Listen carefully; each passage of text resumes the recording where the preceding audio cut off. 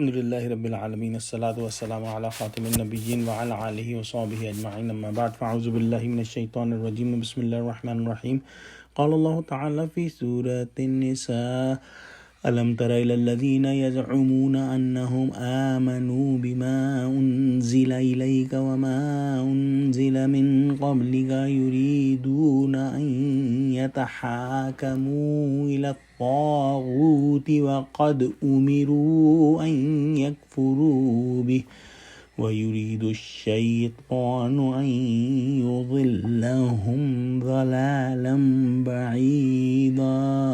ترجمہ: کیا تم نے ان لوگوں کو نہیں دیکھا جو دعویٰ تو یہ کرتے ہیں کہ جو کتاب تم پر نازل ہوئی اور جو کتابیں تم سے پہلے نازل ہوئی ان سب پر ایمان رکھتے ہیں اور چاہتے یہ ہیں کہ اپنا مقدمہ ایک سرکش کے پاس لے جا کر فیصل کرائیں، حالانکہ ان کو حکم دیا گیا تھا کہ اس سے اعتقاد نہ رکھیں، اور شیطان تو یہ چاہتا ہے کہ ان کو بہکا کر رستے سے دور ڈال دے۔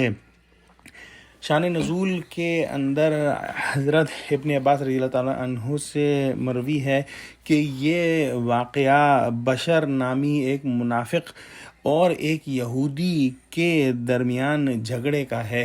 ان دونوں کے درمیان جھگڑا ہوا اور فیصلہ کرانے کے لیے کہیں جانا تھا۔ یہودی نے کہا کہ محمد صلی اللہ علیہ وسلم کے پاس چلیں، ان سے فیصلہ کرائیں، لیکن بشر منافق جو تھا اس نے کہا کہ کعب بن اشرف کے پاس چلتے ہیں۔ کعب بن اشرف یہودیوں کا سردار تھا۔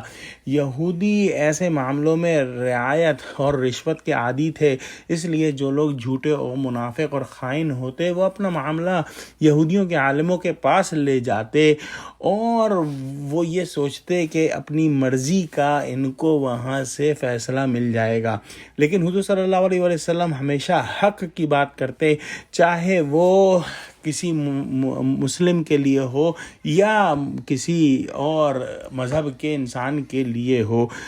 جو منافق ہیں وہ ویسے تو ظاہری طور پر مسلمان ہوتے ہیں لیکن اصلاً یہ مسلمان نہیں ہوتے۔ بہرحال یہ دونوں لوگ حضور صلی اللہ علیہ وسلم کی خدمت میں حاضر ہو گئے۔ حضور صلی اللہ علیہ وسلم نے یہودی کے حق میں فیصلہ فرما دیا۔ جب باہر آئے تو بشر منافق نے یہودی سے کہا کہ عمر کے پاس چلیں، چنانچہ عمر کے پاس آئے۔ یہودی نے پورا واقعہ سنایا اور بتا دیا کہ محمد صلی اللہ علیہ وسلم نے ہمارے بارے میں یہ فیصلہ فرما دیا ہے اور اب یہ چاہتا ہے کہ آپ سے فیصلہ کرائے۔ حضرت عمر رضی اللہ تعالیٰ عنہ نے فرمایا کہ ذرا ٹھہرو، میں ابھی آتا ہوں۔ یہ کہہ کر وہ اندر گھر تشریف لے گئے اور اندر سے تلوار نکال کر لائے اور منافق کا سر قلم کر دیا اور وہیں قتل کر دیا، اور فرمایا جو اللہ کے اور اللہ کے رسول کے فیصلے پر راضی نہ ہو ہمارے نزدیک اس کا یہ فیصلہ ہے۔ اس پر یہ آیت بالا نازل ہوئی اور جبریل علیہ السلام نے فرمایا کہ عمر نے حق اور باطل کے درمیان فرق کر کے دکھا دیا۔ اسی وجہ سے ان کا نام جو ہے، ان کا جو ایک لقب ہے وہ فاروق پڑ گیا، اور اس کے بعد سے ان کو عمر فاروق رضی اللہ تعالیٰ عنہ کہا جانے لگا۔ آئندہ جو ہم اگلی آیتیں پڑھیں گے اس کے اندر بھی اسی واقعے کا ذکر آئے گا، تو اس واقعے کو ذہن نشین کر لینا چاہیے۔ دعا کرتے ہیں کہ اللہ سبحانہ تعالیٰ ہم کو قرآن کا فہم عطا فرما اور ہم کو پورے کا پورا اسلام میں داخل فرما دے اور ہم کو اللہ اور اس کے رسول کے احکام پر چلنے والا بنا دے۔ آمین۔ وآخر دعوانا الحمد للہ رب العالمین۔ والسلام علیکم ورحمۃ اللہ وبرکاتہ۔